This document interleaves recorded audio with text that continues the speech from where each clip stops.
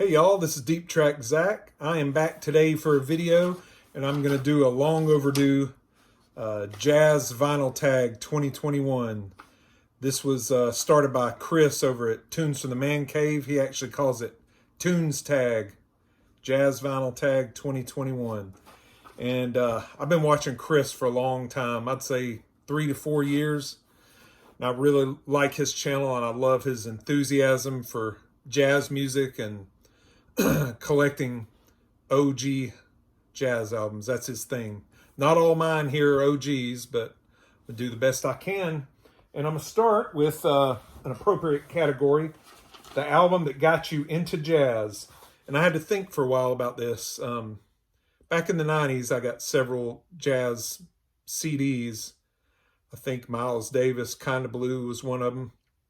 And I kind of like that, but the one that really sticks out is I was really digging the music was this one, Dave Brubeck Quartet, Timeout. I think I actually enjoyed this one and probably still do more than Miles Davis, Kinda Blue, which is kind of odd, but there's just 2 or 3 songs that I really love on this. I had this first, like I said, on CD. This is a mono copy that I've found since on vinyl. I think this is a 1959 mono, actually. But yeah, Blue Rondo, A La Turk, Take 5, great song. Kathy's Waltz, Everybody's Jumping, and Pick Up Sticks. This really got me into jazz. I was also thinking the Charlie Brown soundtrack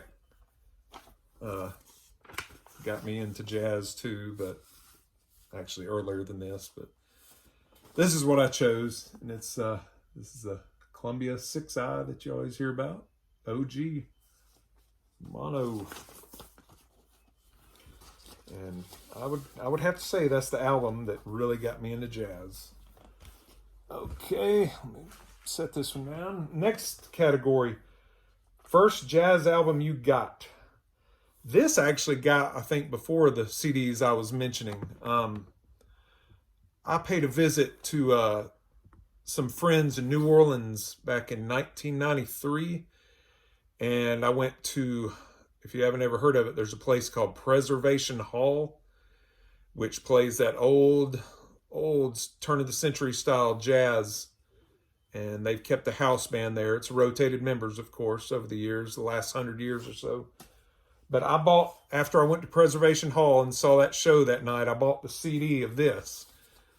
And I have acquired the album since. I think I ordered it on the internet 20 years ago or something on eBay. But this is the Preservation Hall Jazz Band, Volume 1.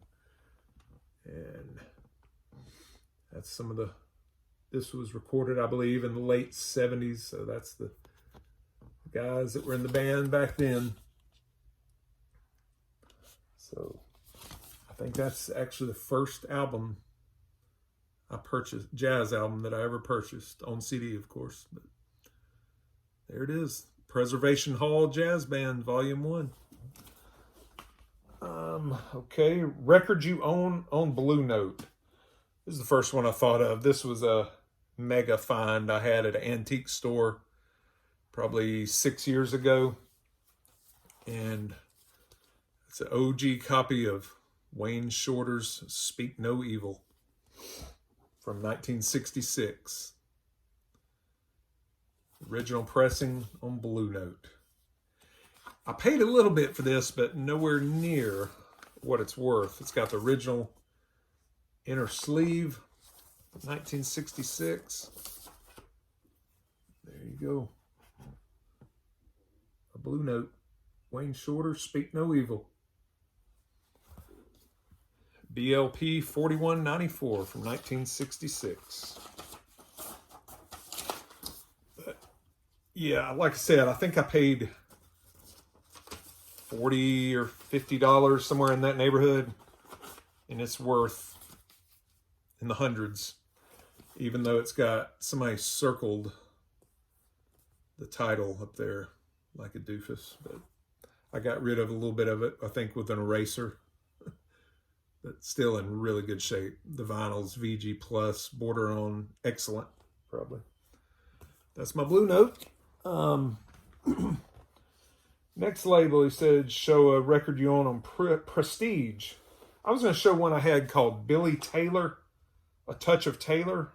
Like 1954, I think. But I could not find it. So I'm going to go with this Mose Allison Creekbank on Prestige from 1958. Got a really cool cover of Mose there, singing his bluesy jazz, playing the piano. I think I showed this before in a video, but that's the one I grabbed for Prestige. There's that old black and yellow Prestige label. It said this is from 1958. That cover reminds me of the Blue Note photography and artwork with that colored old photo. That's my Prestige. Next label he asked us to show was an Impulse. For my Impulse, I decided to go with this Pharaoh Sanders Jewels of Thought. This was recorded and released in 1970. This is out there. This is kind of a avant-garde, almost free jazz, but I really like it. Let's see who's on this. One of the song I would urge you to check out is called Hum Allah, Hum Allah, Hum Allah. It's basically a 15-minute prayer jam session. And the vocalist is actually Leon Thomas on that song, Hum Allah. But yeah, Pharaoh Sanders, of course, plays the sax, tenor sax, contrabass, clarinet, reed flute. He plays all kind of things on here. But yeah, that's my Impulse. I got to show that Impulse label, I guess. Let me pull it out. There's the inner sleeve, and there's my Pharaoh Sanders Jewels of Thought Impulse. 1970. Really good album and sounds incredible. I remember going to my brother's house, Luke. Me and Luke and Andy got together to listen to some albums, and I brought this over one evening to kind of blow their minds. That's it. Impulse, Pharaoh Sanders. Let's see, we got another label here, Riverside. First Riverside I came by was this Jimmy Heath Quintet, On the Trail. What makes this special is Wynton Kelly's on the piano, Paul Chambers on the bass, Jimmy Heath tenor sax, Al Heath drums, and Kenny Burrell on the electric guitar. Really cool album.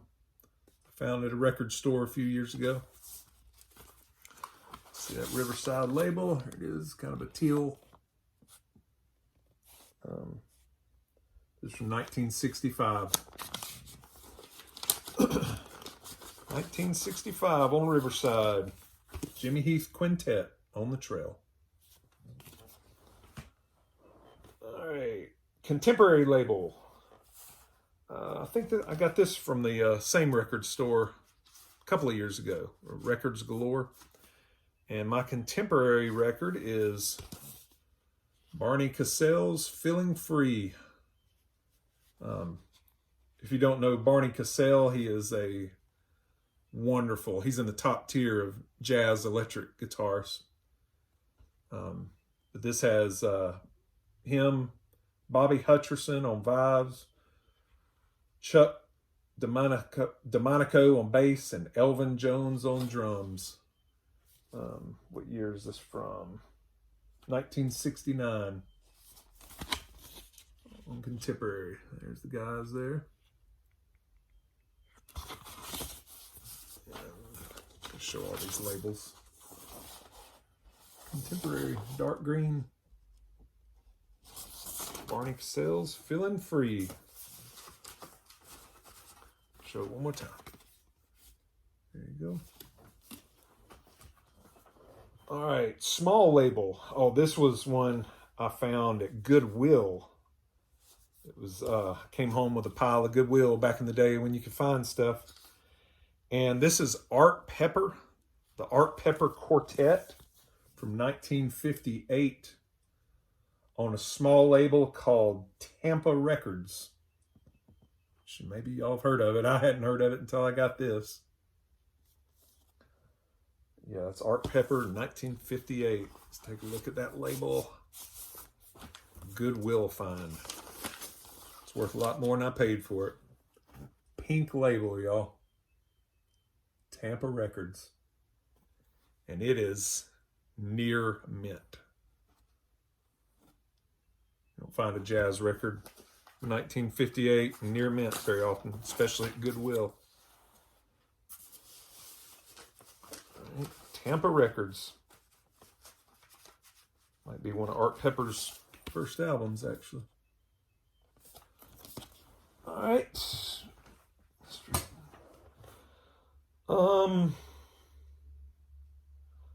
A record that you own that not many know but should. I just got this recently. I've really been getting into fusion jazz, in particular like British fusion jazz. And this is an album by Ian Carr,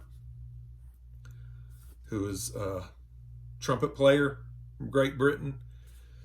And he's been in many bands and done solo albums. And this is a great one. I think this is from 1972. It's called Belladonna. I made one of my little videos uploaded to YouTube the other day of one of the tracks on here called Summer Rain. That's probably my favorite.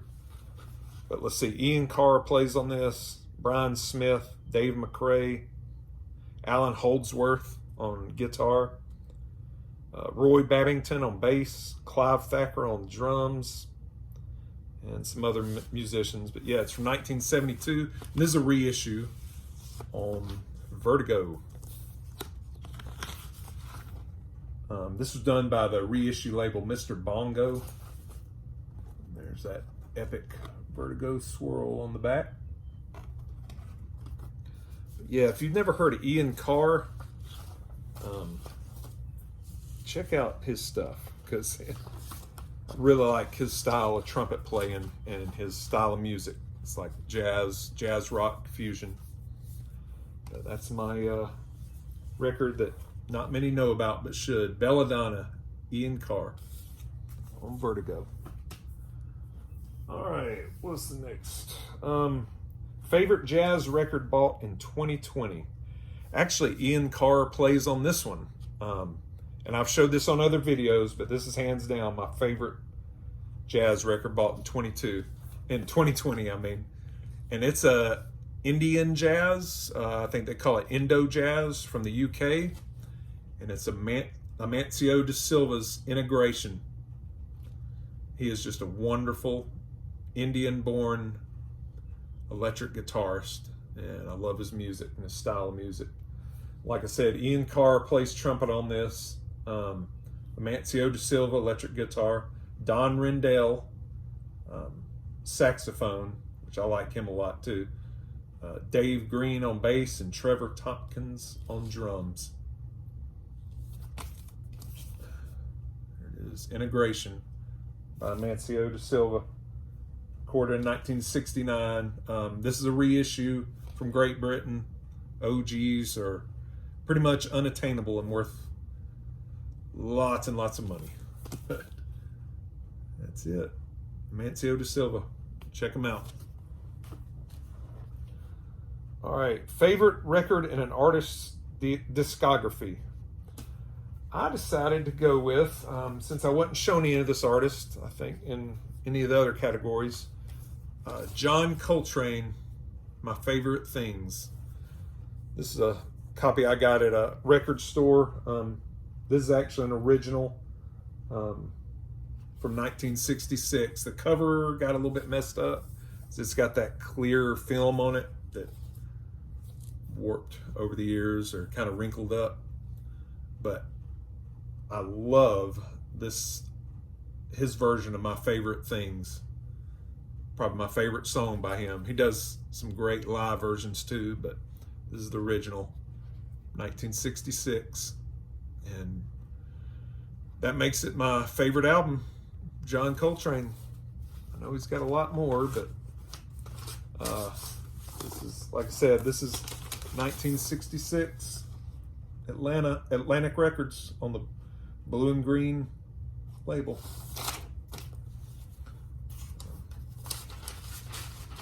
And maybe there's some Coltrane I haven't listened to. I mean, I've got a Love Supreme and Blue Train, but this is the one I seem to reach for the most. Coltrane, My Favorite Things. All right. Album bought in a brick and mortar shop. I got this at my favorite record store about a year ago. Records Galore in Clarkston, Georgia. And it is a crisp, near mint copy of my favorite jazz pianist, Oscar Peterson, We Get Requests. This is a original on Verve from 1964. And it was in the shrink. I tore the shrink off, just like took a page from Chris's book. But it's on Verve. I mean, the cover was near mint. I don't think they ever even played it. And the record, near mint. But that's the one I decided to show from my favorite brick and mortar shop. Oscar Peterson Trio, We Get Requests. From 1964 on Verve. All right, next category, a record you bought online. I got this. Actually, I got this today, so I decided to show it. This is another album that Ian Carr plays on, and it's another jazz fusion from the UK band called Nucleus that Ian Carr was a member of, and this is called Elastic Rock. What's cool is right there, it's a gatefold, and they show you some lava, which that's Elastic Rock for you, lava. But this is a reissue, once again, from the UK of a hard-to-find album. And Ian Carr plays trumpet on this. Carl Jenkins, electric piano. Brian Smith, saxophone. Chris Spedding, guitar. He was a well-known guitarist from the UK. Jeff Klein, bass. And John Marshall, drums. Yeah, that's an online buy that just got in today. Nucleus, Elastic Rock. All right. A record that a friend found or gifted you. I decided to go with a record that my brothers, Luke from Luke's Groove and Andy from Next Play Records, they gave me this one, I think it was for my birthday a year ago or a year and a half ago. And that's a beautiful reissue of John Jenkins and Kenny Burrell, their Blue Note 1573 album. This is a Music Matters 2 LP reissue. There's a beautiful gatefold and beautiful music on here. You got John Jenkins on sax, Kenny Burrell on guitar, Sonny Clark piano, Paul Chambers bass, and Danny Richmond on drums. There it is. What a great gift from my brothers, John Jenkins and Kenny Burrell. What do we got next? Jazz box set. I don't really have a jazz box set, so I decided to just go with this 2 LP Best of Blue Note. This is, if you want to hear a good synopsis of what was going on at Blue Note back in the 50s and 60s, this is a good place to start this double album.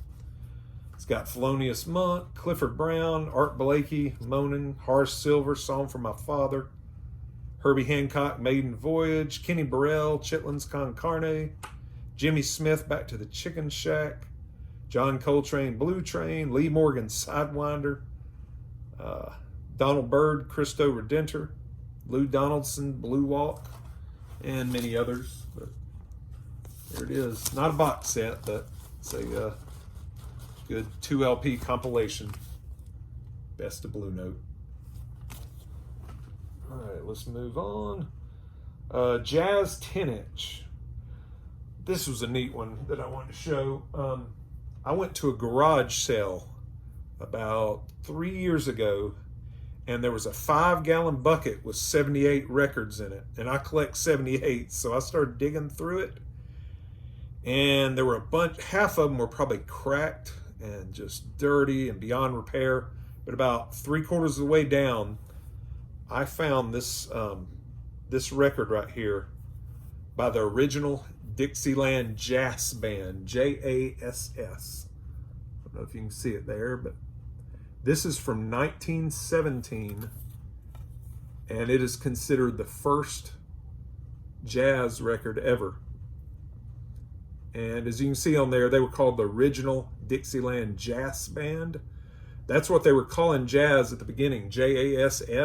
I'm not sure why, but why it was called Jass. But what happened is there were vandals going around and scratching out the scratching out the J in the Jass, and that would leave ASS Band. So they decided to put Z's instead of S so that the vandals couldn't pull that fast one over on them. But that's my Dixieland Jass Band 78 or 10-inch from 1917. All right, most recent jazz score. This is one I had a reissue, maybe a 4 or 5 year old reissue of. And I found an OG recently at a record store, Ellington Uptown. Duke Ellington. This is a 1953 original pressing of one of his classic albums. This is actually one of the first LPs ever made, from what I understand. I think Frank Sinatra and him were close to having the first LP, but this is one of them. Ellington Uptown from 1953. All right, I'm back. Sorry about that. I had a several hour delay and had to splice the recording. The next category we're on is a jazz record you hope to find in 2021. And for me, that would be, there's a self-titled album from Pharaoh Sanders from 1977. I probably won't find an original, but I hope they reissue it. I really like that album. It's kind of a laid-back, spiritual jazz, and there's a lot of extended cuts on there, but I'd really like to find that Pharaoh Sanders, 1977. The next thing is a jazz record you'd like to upgrade in 2021. This is kind of an upgrade, but I've got a copy, an early issue of this Art Blakey album, Moanin'. This is the reissue from this year, the classic vinyl Blue Note. But I've got one that I bought from a record dealer without a cover, probably 6-7 years ago. Got it real cheap, but I think this was issued maybe a second pressing from a year or two after it was released. There it is, Art Blakey's BLP 4003. better known as Moanin'. I hope I can find, for years I've been looking for a sleeve, an original sleeve. And I'd like to come by that. Maybe buy a record that's beat up with a sleeve in a little bit better condition, so I can slip this old pressing in an old sleeve. That'd be nice. That's the upgrade I want for 2021. Okay, let's see. Free jazz record.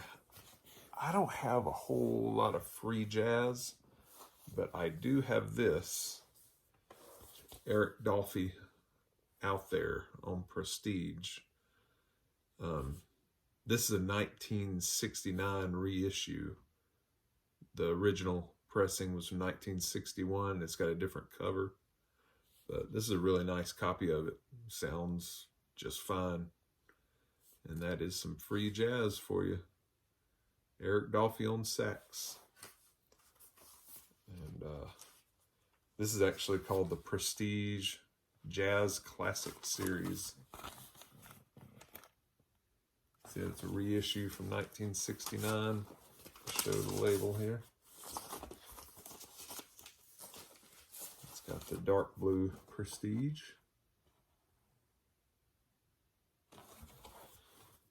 So, yeah, that's my free jazz record. Okay, and the last category is a desert island jazz record. I didn't have to think long about this. That's going to be my original 1963 pressing of Kenny Burrell's Midnight Blue. This is a beauty. I mean, the cover, songs, sound. There it is, Blue Note 4123. Original 1963 pressing. Sounds amazing. And one reason I picked this for Desert Island disc, not only because I love it, but hopefully my wife, family would be on the deserted island, and my wife really loves this record too, and my kids kind of, they'll grow into it, but that's going to be my desert island. Kenny Burrell's Midnight Blue from 1963. It's a good record to finish this on. All right, everybody, that is the end of my Tunes Tag, Jazz Vinyl Tag 2021. Thank you, Chris, from Tunes from the Man Cave, for getting this list together so that we could dig through our jazz and learn some stuff from other people, and maybe show some people some things that we have that they don't know about. All right, everybody, I will see you on the next video. Everybody have a good day. Bye-bye.